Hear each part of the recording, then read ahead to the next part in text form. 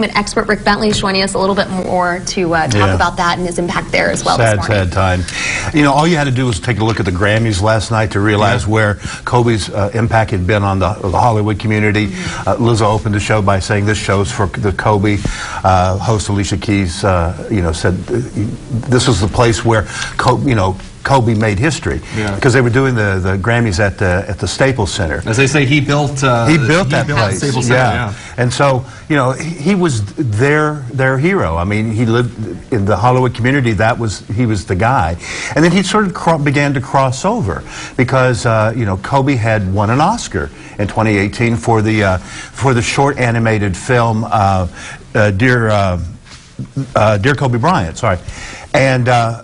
Basically, what that was it was based on a poem he had written about his impending leaving the NBA, and you know, to win an Oscar put him in great area with the Hollywood community. I got to talk to Kobe once back in 2015 when he was doing a Showtime documentary. It was called Kobe Bryant Muse. And I don't know if you remember that season, but Kobe had a really bad foot injury and he was trying to come back. And what he wanted to do with that documentary was sort of talk about what does it take to fight through the pain of, you know, because this was a guy, as you talk to anybody who knew him, he had a work ethic like you wouldn't believe. And so that's what came across in the documentary.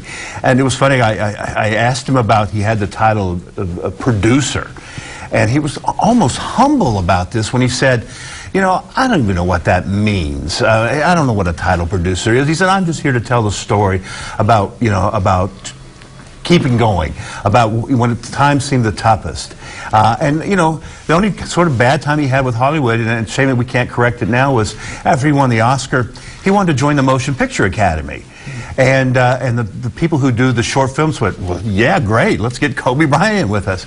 Well, the overall Academy said, no, he's only done one film, maybe we should wait. So basically it came down to, you know, he just didn't get to do that. But and then as you watched it through the night, tweets from everybody. William Shatner's tweet was that he prayed that it was false information, that it was